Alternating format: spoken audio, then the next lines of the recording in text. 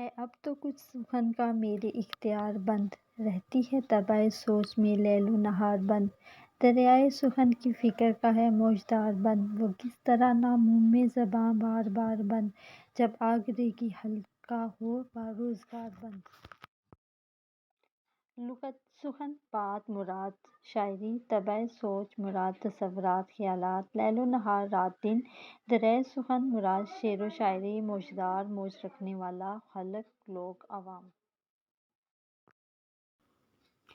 تشریح: زیر نظر بند میں نظیر اس بات پر دکھ کا اظہار کر رہے ہیں کہ آج کل ان کی طبیعت شعر کہنے کی طرف مائل نہیں، انہیں یوں لگتا ہے کہ شاعری کا دریا سوکھ چکا ہے۔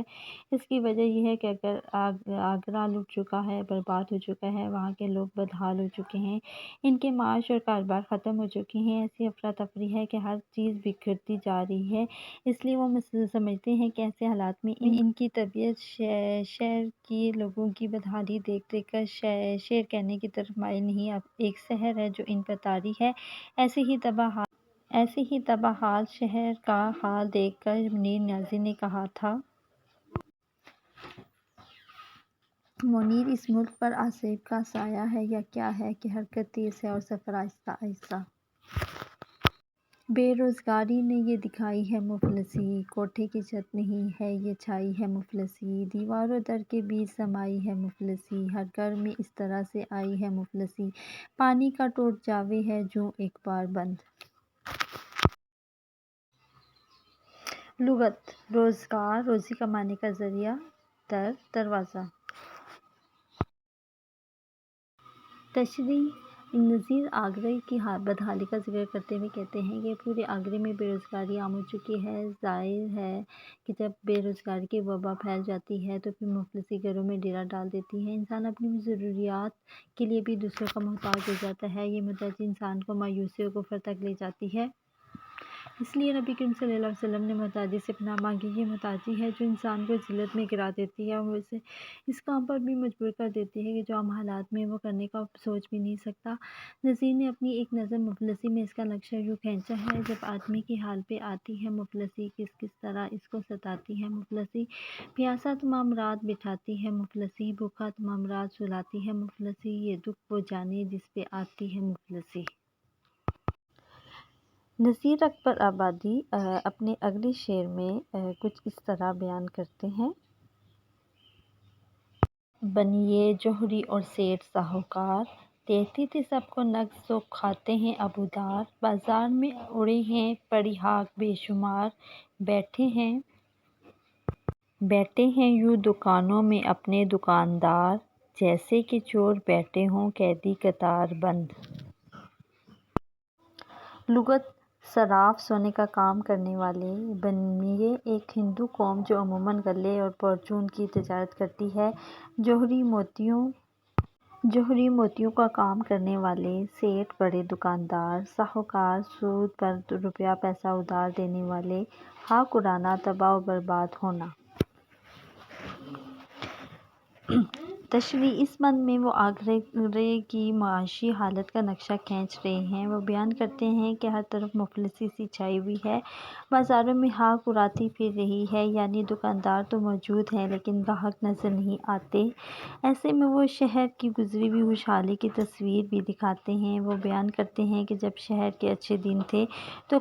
کاروبار بھی لوگ خوشحال تھے، وہ نقد پر مال لیا کرتے تھے، یعنی کاروباری حالات بہت اچھے تھے، لیکن آج کا یہ حالات ہیں کہ ادھار کھا کھا کے گزارا ہو رہا ہے، ہر خوشحال اب تنگ دستی کی زندگی گزار رہا ہے۔ میر تقی میر نے کچھ نقشہ اس طرح کھینچا ہے: دلی میں آج بھیک ملتی نہیں انہیں، تھا کل تلک دماغ جنہیں تخت و تاج کا۔ محنت سے ہاتھ پاؤں کی کوڑی نہ ہاتھ آئے، بیکار کب تلک کوئی قرض اور ادھار کھائے، دیکھو جسے وہ کرتا ہے رو رو کے ہائے ہائے، آتا ہے ایسے حال پہ رونا ہمیں تو ہائے، دشمن کا بھی خدا نہ کرے کاروبار بند۔ لغت: کوڑی، کم قیمت کا سکہ جو اب ناپید ہے، مراد ہے ذرا بر، ہاتھ آنا ملنا میسر آنا، بیکار جس کو کوئی کام نہ ملے، تلک تک مفہوم: محنت کرنے والے کو کچھ نہیں ملتا، لوگ ادھار لے لے کر گزارا کرتے ہیں، ہر شخص پریشان حال ہے، خدا کسی کا کاروبار بند نہ کرے۔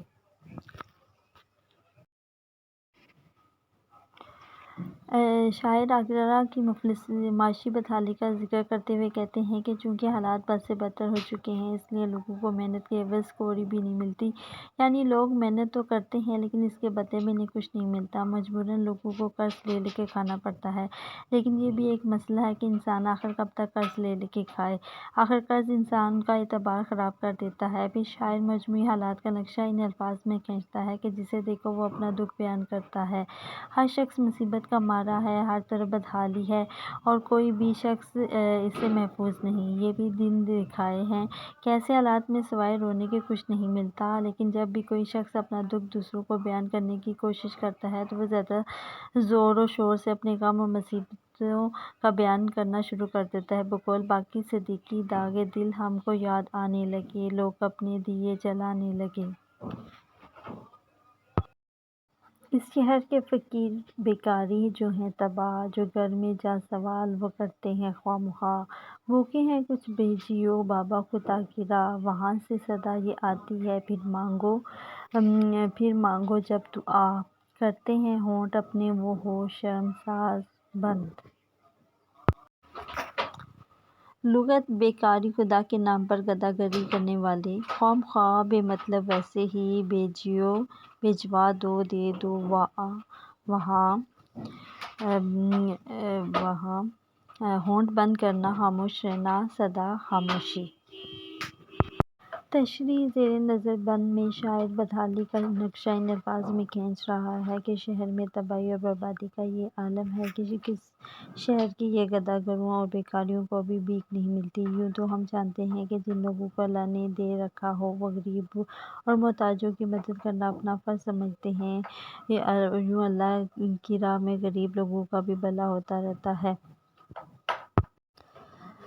ان کے گھر کا چولہا بھی جلتا رہتا ہے۔ یہ ایک ایسا چکر ہے جس سے دولت امیروں کے ہاتھوں سے نکل کر غریبوں کے ہاتھوں میں منتقل ہوتی رہتی ہے۔ لیکن بقول شاعر آگرہ کی بربادی کا یہ حال ہے کہ اب فقیروں کو بھی بھیک نہیں ملتی، وہ جس گھر کے دروازے پر جاتے ہیں وہاں سے انہیں خالی ہاتھ لوٹنا پڑتا ہے، لوگ ان کی مدد کرنے کے بجائے انہیں خالی ہاتھ واپس لوٹا دیتے ہیں۔